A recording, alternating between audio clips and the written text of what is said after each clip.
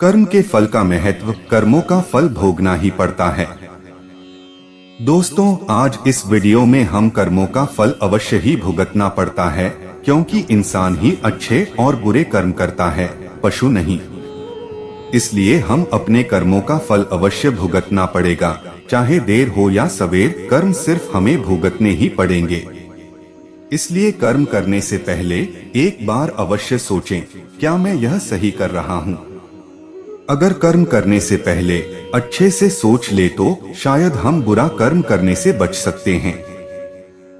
अगर आपने आप को बचा लिया तो सजा से भी बचा लिया। आपने बुरा कर्म कर लिया तो एक न एक दिन भगवान अवश्य सजा देगा। इस जन्म में नहीं, अगले जन्म में ही कर्मों का फल भोगना पड़ता है। श्री कृष्ण जी ने भी गीता में कर्मों को ही सबसे उत्तम बताया है, क्योंकि कर्म हो हमारे भाग्य का निर्माण करते हैं।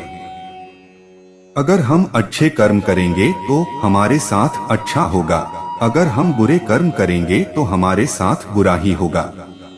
भगवान की न्याय व्यवस्था बहुत ही ज्यादा सुदृढ़ है। कर्म का फल अच्छे कार्य करने वाले को अच्छा और बुरे कर्म करने वाले को बुरा फल अवश्य ही भोगना पड़ेगा। भगवान के देर भले ही हो जाए, मगर अंधेर हो ही नहीं सकता। जिसको आप देर समझते हैं वह देर भी नहीं है। प्रभु ने प्रत्येक कर्म के फलित होने का समय पहले से ही निर्धारित कर रखा है। समय से पहले या पीछे फल की प्राप्ति नहीं होगी। प्रभु की प्रत्येक रचना, प्रत्येक नियम इतना ज्यादा गहरा है कि हर एक प्राणी उसको समझ या जान नहीं सकता। आज जो कर्म हम कर रहे हैं, परिपक्व होकर उनसे ही हमारे भाग्य की रचना होती है। हमारे भाग्य के निर्माता हम खुद ही हैं, और प्रत्येक मनुष्य को उसके भाग्य के अनुसार उसे फल या कुफल अवश्य भोगना पड़ेगा ही। इस समय हम जो दुख भुगत रहे हैं, यह हमारे ही पिछले जन्मों का या इसी जन्म के हमारे किए गए पुण्यों या बुरे कर्मों का, पापों का फल है। प्रभु को दोष नहीं देना चाहिए। भगवान का एक विधान यह है कि हमारे कर्म, विचार और भावना को अनुसार ही हमें सुख या दुख की प्राप्ति होगी, और वह सुख या दुख हमें खुद को ही भोगना पड़ेगा। मनुष्य के कब किए हुए पाप का फल कब मिलेगा, इसका कुछ पता नहीं। भगवान का विधान विचित्र है। जब तक पुराने पुण्य प्रबल रहते हैं, उग्र पाप का फल भी तत्काल नहीं मिलता। जब पुराने पुण्य खत्म होते हैं, तब पाप की बारी आती है। पाप का भोगना पड़ता ही पड़ता है। इस जन्म में भोगना पड़े या जन्मांतर में, इस लोक में जो दंड भोग लिया जाता है, उसके थोड़े में ही शुभबुद्धि हो जाती है, नहीं तो परलोक में बड़ा भयंकर दंड भोगना पड़ता है। मगर सत्संग दंड को कम करा सकता है, या फिर कुछ प्रसाद के रूप में भी दे सकता है। अपने दुखों को हंसन हंसन झेलो या रोकर झेलो, यह हमारे कर्मों का फल तो हमें अवश्य ही भोगना पड़ेगा, फिर रोकर क्यों झेले। रोने से कष्ट दुगना हो जाता है, और हंसते हंसते रहने से आधा हो जाता है। जिस दिन पाप कर्म हो जाए तो अगले दिन उपवास रखो, यह एक उत्तम, यह कर्म भूमि है। कर्म तो करना पड़ेगा, कर्म नहीं करोगे तो पाप चढ़ेगा। जैसा कार्य कर्म होगा वैसा ही फल भी भोगना पड़ेगा।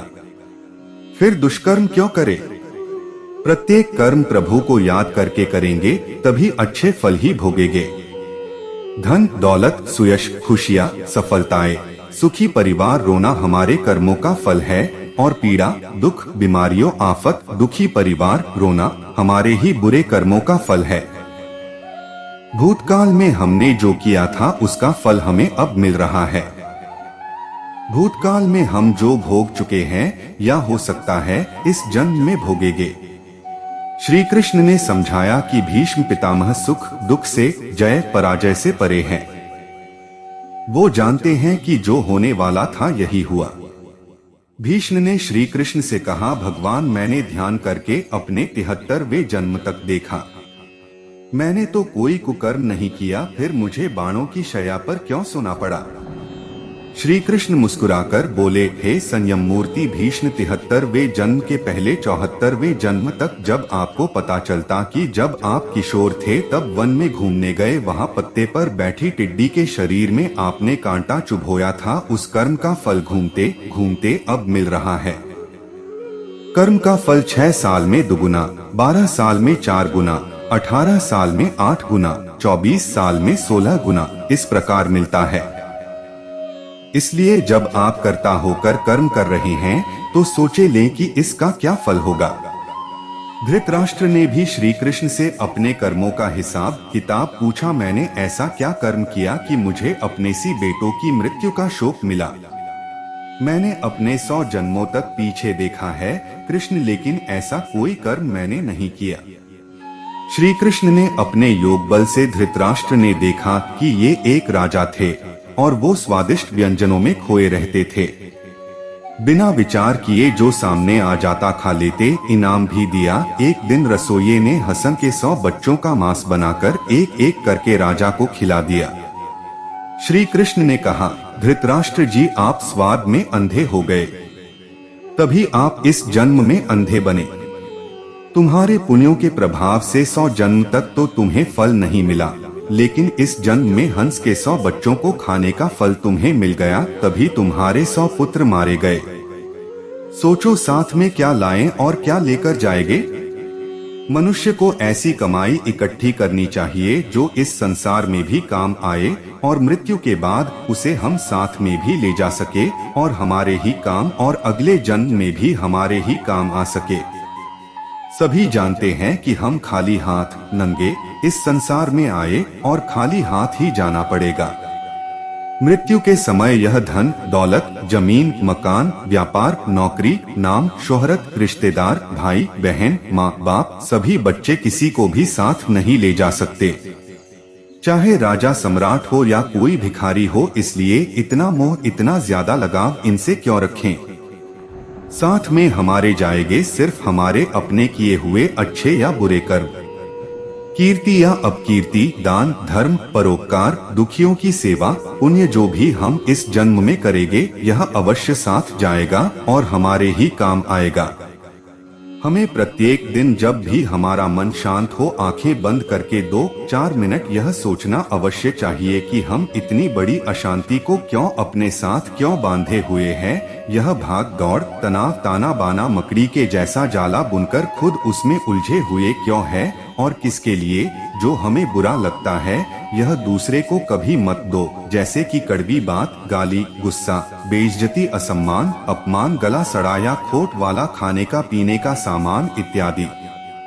जो चीजें हमें अच्छी लगती है वह दूसरों को जरूरतमंद को बिना मांगे भी दो, जैसे कि आम, लक्ष्मी, मीठी बातें, सद्व्यवहार, सम्मान, खाने पीने के अच्छे अच्छे बढ़िया सामान दोनों हाथों से बांटो, लूटा दो, परोपकार करो, दान धर्म करो। संतों ने कहा भी है, जो कुछ तुम समेटते हो यह तो सपना है, जो लुटा रहे हो यो केवल अपना है। इसलिए जितना लुटाओगे वो ही तुम्हारे साथ जाएगा, तुम्हारे काम आएगा। सिर्फ तुम्हारे ही याद रखो कि संसार की किसी भी वस्तु से मनुष्य का स्थायी संबंध नहीं है। यह शरीर, मकान, रुपए, पैसे, जमीन जायदाद, स्त्री, पुत्र, परिवार, बांधे, मित्र, दोस्त कोई भी साथ रहने वाला नहीं है। एक दिन इन सब वस्तुओं को ज्यों का त्यों छोड़कर यहाँ से चल देना है। जब जाएंगे तब साथ में कुछ भी ले नहीं जाएंगे, सिर्फ भगवान साथ छूटने वाला नहीं है। साथ में एक छोटा सा तिल भी नहीं ले जा सकते। आप कितने भी उपाय कर लो, सारे उपाय यहीं धरे रह जाएंगे। सिर्फ भगवान नारायण प्रभु की भक्ति, दुखियों की सेवा, दान पुण्य साथ में अवश्य जाएगा। साथ में जो जाएगा वही तो अपना हुआ, साथ में जो नहीं ले सकते वे सब पराया हुआ। जीते जी उन पराई वस्तुएं से मोह क्यों रखें। आप गंभीरता से विचार करें, साथ में एक तिल भी नहीं ले जाने पाएंगे तो फिर अशांति, हाय, छीना झपटी क्यों, किसके लिए। भगवान का हुक्म है, हर कार्य प्रभु के निमित्त समझकर फल प्रभु पर छोड़ दो, वो कभी बुरा करेंगे ही नहीं। तो सोचो फिर दुहक क्यों करें। दुहक सुख भी एक सोच के कारण ही तो है। दुख को भी सुख मानो, प्रभु सुख ही सुख कर देंगे। यदि मोक्ष की इच्छा है तो विषयों विष के समान दूर से ही त्याग दे और संतोष, दया, सरलता, अमृत के समान नित्य आदर पूर्वक सेवन करे। एक साधु एक गांव में हर रोज भिक्षा मांगने जाता था। जिस घर में भी जाता कोई आटा, दाल या चावल कुछ भी दे देता और वह अपना इस तरह पेट भर लेता था। उसी गांव में एक व्यक्ति उसको हर रोज भिक्षा मांगने पर गोबर डाल देता और यह कहकर डांट देता कि भगवान ने हाथ पैर दे रखे हैं, कुछ काम करके खा ले। वह साधु चुपचाप गोबर लेकर आ जाता और एक तरफ ढेर लगा देता। ऐसे करते करते उस गोबर बहुत बड़ा ढेर बन गया। साधु भी हर रोज भिक्षा मांगने जाता, वह आदमी हर रोज ही उसको गोबर डाल देता और गांव के लोग खाना देते। ऐसे करते करते दोनों का समय बीत गया और जब दोनों अपनी जीवन यात्रा पूरी कर भगवान के घर पहुँचे तो गोबर डालने वाले इंसान को खाने में भगवान के घर गोबर मिला। तो उसने कहा, भगवान से कहा, हे प्रभु मैं गोबर कैसे खा सकता हूँ? भगवान ने कहा कि जब साधु तेरे घर भिक्षा मांगने जाता था, जिसका कोई और भिक्षा मांगने के सिवाय कोई चारा नहीं था, तो आप उसको भिक्षा में गोबर देते थे। वही गोबर का ढेर अब इतना बड़ा हो गया कि आपके खाने के हिस्से में अब गोबर भी आएगा। तो उस व्यक्ति ने भगवान के पैर पकड़ लिए और कहने लगा, भगवान मैं गोबर नहीं खा सकता, कृपया इस समस्या का कोई समाधान बताओ। भगवान ने कहा, कर्मों का फल अवश्य ही भोगना पड़ता है। अब वो इंसान प्रभु के आगे रोए और गिड़गिड़ाए, कृपया करके इस समस्या कोई समाधान हो तो बता। भगवान बोले, इस सारे गोबर को आप हर रोज एक कपड़े में डालकर पानी के साथ धोते रहो, इस प्रकार आपके कर्म कट जाएंगे। ऐसे करते करते उसको गोबर को धोने में कम से कम 1 साल लगा और सबसे लास्ट में गोबर का जो आखिरी अंश, घुस और घास के कुछ हिस्सा कपड़े के ऊपर रह गया। तो भगवान बोले, अब आपको ये हिस्सा तो खाना ही पड़ेगा। वह इंसान फिर रोए और कहे कि इसको कैसे खाऊं? प्रभु ने कहा, किसी के बुरे कर्मों को मैं कम कर सकता हूँ पर बिल्कुल खत्म नहीं हो सकता है, इसलिए आपको यह तो खाना ही पड़ेगा। भगवान ने उसे समझाया कि आप गोबर खाने से बच गए, अगर आप उसको ना धोते तो वह सारा गोबर आपको खाना पड़ता। कर्म फल का महत्व इसी प्रकार, जब हम जमीन में कोई फल का पौधा लगाते हैं तो उसको उगने में और बड़े होने में समय लगता है और फिर कहीं साल 2 साल बाद बड़ा होता है, फिर उस पर फल लगते हैं, क्योंकि किसी भी कर्म का फल एक दिन में नहीं मिलता, चाहे वह अच्छा हो या बुरा। यह अब आपके ऊपर निर्भर करता है कि आप कर्म कौन सा कर रहे हो। फल मिलने में समय जरूर लगेगा पर मिलेगा जरूर। यही समय और परमात्मा का नियम है कि हमारे द्वारा किए गए हर कर्म का सुख और दुख हमारे कर्मों के ऊपर ही निर्भर करता है। हमें सुख और दुख अपने द्वारा किए गए कर्म का हिसाब किताब चुकता कर रहे हैं। कर्मों का फल हमें अवश्य ही भुगतना ही पड़ेगा, इसलिए जब हम किसी को दान देते हैं तो सोच समझ कर दे, क्योंकि एक दिन हमें वह डबल होकर मिलेगा। इसी प्रकार हर काम करते समय भी ध्यान रहे कि हम कौन सा काम सही कर रहे हैं, कौन सा गलत हो रहा है।